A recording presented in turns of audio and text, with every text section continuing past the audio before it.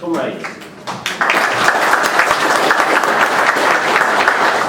with the election of Corbyn, the whole movement against austerity cuts has been given a voice and national leadership that it has not had since the collapse of the banking system in 2008. And in doing so, it has confounded all expectations, and everybody's political world has been turned upside down in the last few months. An enormous battle is about to commence. On the one side, there are the anti-austerity forces lined up behind Corbyn, with all of its different hues and shades, the major and militant trade unions, and hundreds of thousands who want a different way forward.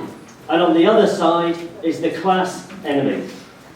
Corbynism marks a new stage in British politics and demands a new approach.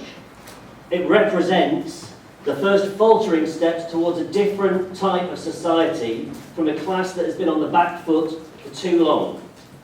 The election of Corbyn has changed the rules of the game. You can't ignore 250,000 people joining the Labour Party and his overwhelming victory. And as Charlie points out, the Labour Party is not necessarily a husk. There are people joining and going into the meetings. How different this feels to the slow-motion car crash that was Ed Miliband's leadership of the Labour Party.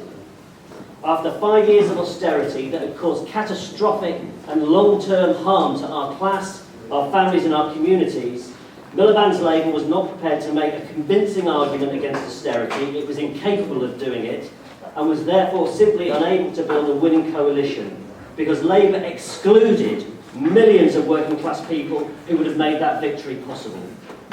The message the Labour leadership gave out, loud and clear, was Margaret Thatcher's message. Tina, there is no alternative. There is no alternative to austerity, no alternative to cuts to essential services, and no alternative to the attack on the working class.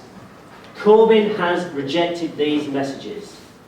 He said there is an alternative and assembled a coalition on the basis of that rejection within 3 months.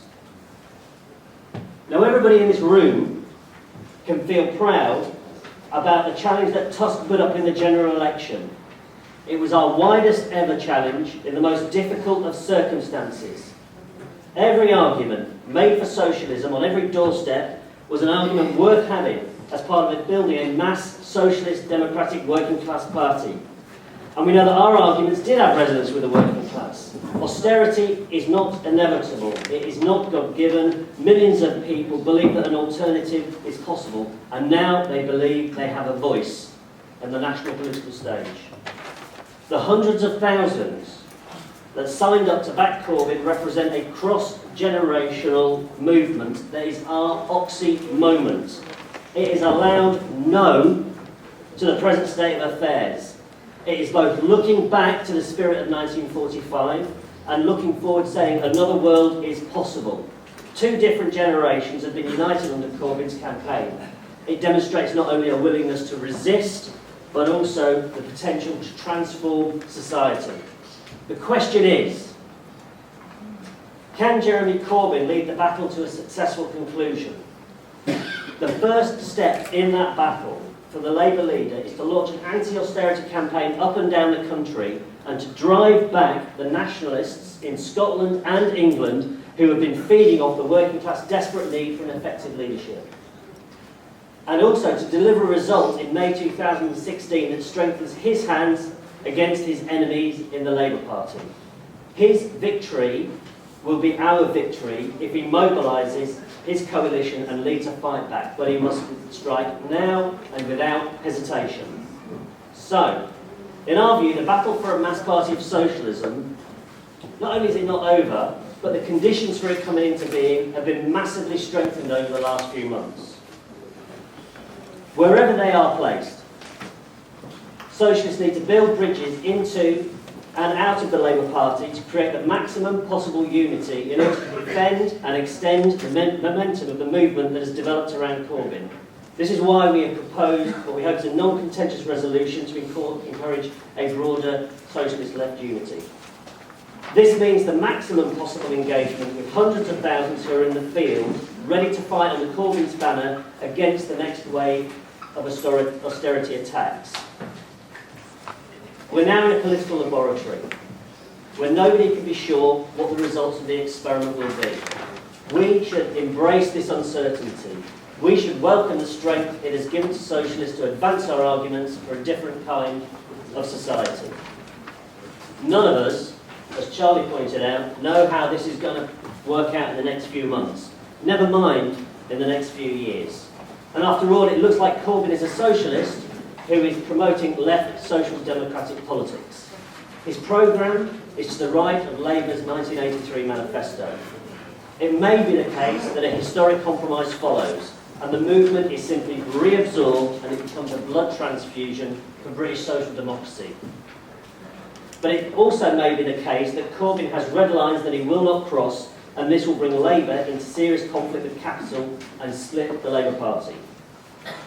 Whatever the twists and turns, the seismic impact of Corbyn on the British Labour movement will present us with a chance to take forward our campaign to build a mass party of socialism that can both challenge and seek to replace capitalism.